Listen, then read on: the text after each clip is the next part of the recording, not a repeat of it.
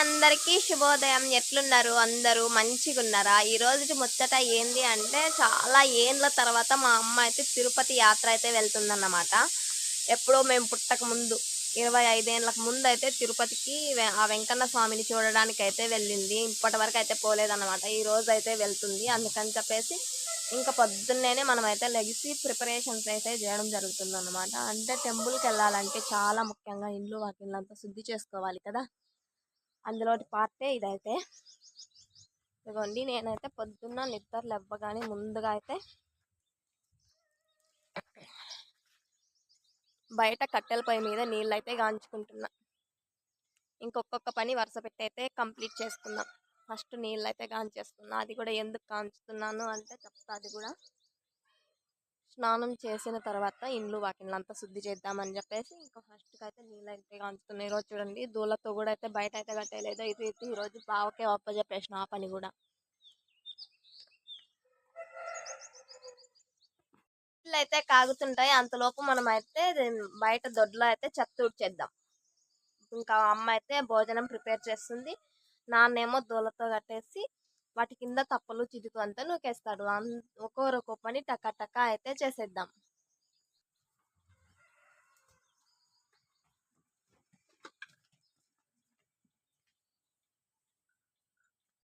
ఏం కూర చేసానా? ఆ పొయ్యి మీద ఏంది పెట్టినావు? ఏమిటికి? సరే సరే. అదిగోండి ఫ్రెండ్స్, అమ్మ అయితే పప్పు అయితే చేస్తుందంట. ఆకుకూర పప్పు అయితే చేస్తుంది ఈరోజు మళ్ళా.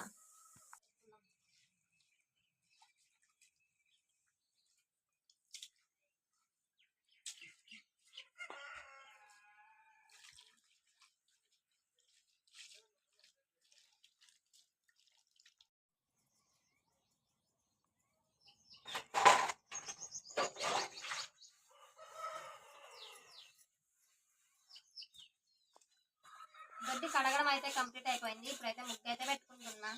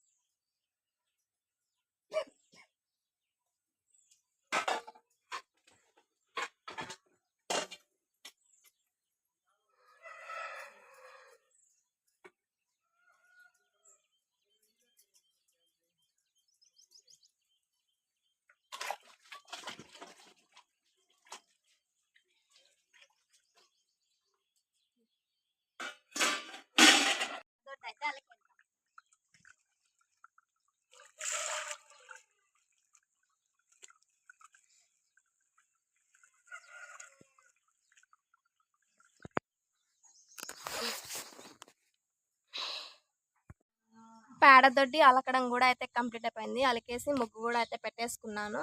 ఇంకా పొద్దున్న నిద్రలు ఇవ్వగానే తలాకు పని అయితే చేసేసాము. అన్ని పనులు అయితే కంప్లీట్ అయిపోయినాయి. అమ్మ అయితే ఇంట్లో మాపు అయితే పెట్టుకునేసింది. ఇంకా నేను దొడ్డి కడిగేసి పేడదొడ్డి అయితే అలికేసి ముగ్గులు పెట్టేసి గుమ్మం కడిగేసి తులసి చెట్టుకి పూజ చేసేసి అన్ని పనులు అయితే కంప్లీట్ అయిపోయినాయి. ఇంక ఇట్లా పొద్దున్న నిద్రలు ఇవ్వగానే తలాకు పని అయితే చేసుకునేస్తాము. అన్ని కంప్లీట్ అయిపోయినాయి. ఇంకా అమ్మ స్నానం చేసి రెడీ అవ్వడమే లేట్. వాళ్ళు రెడీ అయ్యి మన ఊరు క్రాస్ లోకి అయితే వెళ్ళిపోయారనమాట. ఒక 10-11 మంది దాకా అయితే గ్రూప్ ఫామ్ అయ్యి అయితే వెళ్తున్నారు తిరుపతికి. అమ్మ చాలా ఏండ్ల తర్వాత అయితే వెళ్తుంది కదా! నేను వేరే వాళ్ళ దగ్గరికి నంబర్ తీసుకుందామని జెప్పేసి ఫోనున్న వాళ్ళది నంబర్ తీసుకుందామని జెప్పేసి అక్కడికి వెళ్ళినాను. అమ్మ వాళ్ళైతే ఇటు ఎళ్ళిపోయినారనమాట. అంటే మనము అమ్మకి కాల్ చేయాలంటే ఫోనుండాలి కదా! అమ్మ దగ్గరైతే ఫోను లేదు. ఇంకా వేరే అక్క దగ్గరైతే ఫోనుంది. ఆ నంబరయితే తీసుకొనొచ్చాను అక్కది. చాలా ఏండ్ల తర్వాతయితే అమ్మ అయితే వెళ్తుంది. జాగ్రత్తగా వెళ్లి జాగ్రత్తగా రావాలి అని మనస్ఫూర్తిగా అయితే కోరుకున్నాం.